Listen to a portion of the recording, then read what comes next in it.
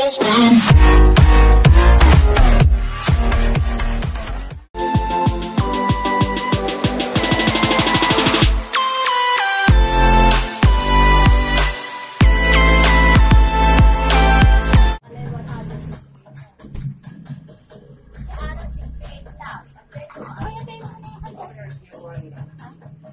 na.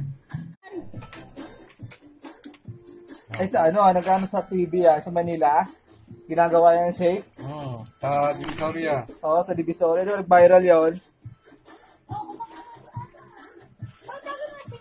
Ginagawa nila. May hinahalo din na ano.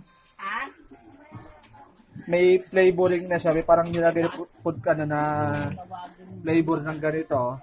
Yung powder. Tapos pagka ilalagay na, hinahaluan nila ng ganito na. Binblender nila ng ganito. Hinahalo.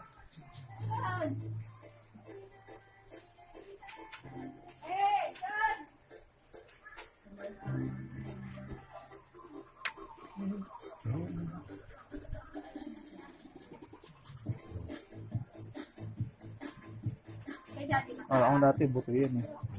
Lambo. Ang tramit, sa na yung tinikman ko yung ano na katabang niya siya. Ano na?